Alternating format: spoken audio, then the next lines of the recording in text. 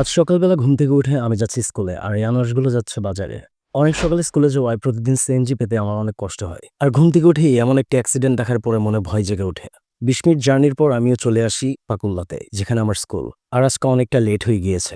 আজ ক্যাডেট ব্যাচের পরীক্ষা আর প্রথমেই স্কুলে পৌঁছেই চলে যায় ক্যাডেট ব্যাচের ক্লাসে। পরীক্ষার প্রশ্ন ঠিক আছে কিনা সবকিছু দেখে চলে যায় অফিস রুমে। সেখানে যেয়ে আমার মার্কার সবকিছু ঠিকমতো জায়গা মতো রেখে দেই। অফিসিয়াল সব কাজ শেষ করে এখন আমার পালা স্কুল থেকে বিদায় নেওয়া। এদিকে যাতায়াতের সমস্যা এবং অ্যাক্সিডেন্টের ভয়ের জন্য আমি আমার নতুন বাসা ঠিক করি সেখানে। বাসার মালিক এবং অ্যাডভান্সের বিষয়ে কথা বলে আবারও চলে আসি পাকুল্লা বাজারে।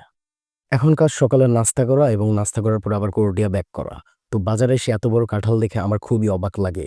আসলে এখানে গ্রাম অঞ্চল হওয়ায় কাঁঠাল থেকে শুরু করে সব ধরনের ফল একদম ফরমালিন ছাড়াই পাওয়া যায়। এরপরে নাস্তা করি, নাস্তা করার পরে সোজাসুজি চলে যায় আবার স্ট্যান্ডে। স্ট্যান্ডে যাওয়ার পরে এখন আবার যুদ্ধ করতে হবে কখন আমি সিএনজি পাবো এবং কি কখন কোরডিয়া ব্যাক করব। তো সিএনজি পেতে একটি সমস্যা হয় আর এখানে আমি বুঝতে পারি আমার একটি বাইক প্রয়োজন। তো বাইক না কিনাই ভালো। আমি আমার বাসা ঠিক করেছি এবং কি বাসার আপডেট কিভাবে এবং কবে বাসা নিচ্ছে আপনাদের সবই জানাবো। Thank you for watching the video.